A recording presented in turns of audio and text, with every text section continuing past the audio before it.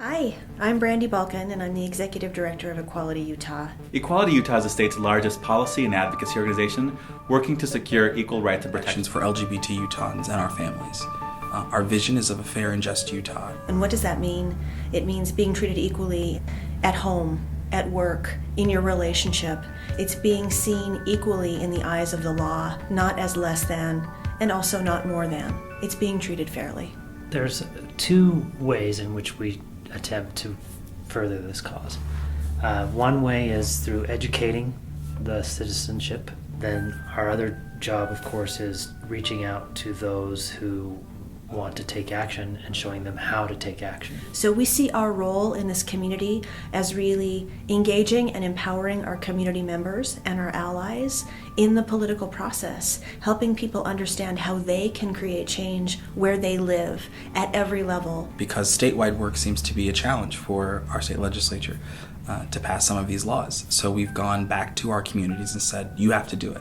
And we've kind of started building this groundswell of support all over the state. For the first time ever in Equality Utah history, one of our proactive, favorable LGBT bills passed out of committee, and it passed from the committee with a Republican LDS sponsor who's from St. George.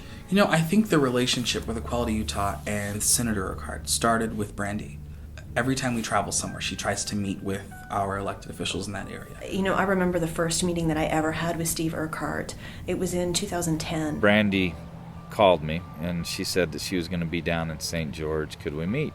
And so we just had a wonderful conversation. But at the end of it, I told Brandi, I said, look, you know what? I think personally I'm there, but my job is to represent my district, and I don't think my district is there. He was very open to having conversations with me, but it was pretty clear that he was not in a place where he felt that this was an issue that he wanted to weigh in on. And she was very respectful and said, well, you know, I'm going to leave a packet with you. I'd like you to look at it. And I did look at it, and she might have traveled north thinking that the visit had been a failure, but she had definitely planted a seed that grew. I think this is a key message of hope and a key lesson for us to learn as advocates and as allies, that you should never turn your back on someone who isn't yet ready to stand next to you.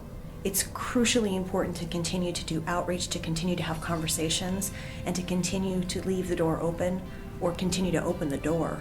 I think the way this passes next year is through a lot of conversations over dinner tables, in backyards, at ball games, at supermarkets. When we reframe our roles in our lives to be the person who shares the information, it completely changes the dynamic of how we see the world and the opportunities that we have in front of us. One of the most significant things in my evolution on this issue would be the attitudes of my daughter. You know, as a parent, you tend to care about the things that your kids care about, and that's probably when my ears really perked up. And you couple that experience with the conversation I had had previously with Brandi, and the hook was set pretty good. Steve has stepped forward as a remarkable ally, incredibly well-spoken, incredibly invested in our work. He's been very visible in taking on this bill, and I'm sure that hasn't been easy. He is in southern Utah in a very conservative district, and he's not afraid of the political fallout. He's been called the champion, he's been called the savior of this bill, he's been called a number of things. And for him, hearing him talk about his decision to run this bill, it's not about politics. It's simply about he believes this is the right thing to do. I'm Steve Urquhart, a Utah State Senator, and I'm coming out for equality for all Utahns and all of God's children.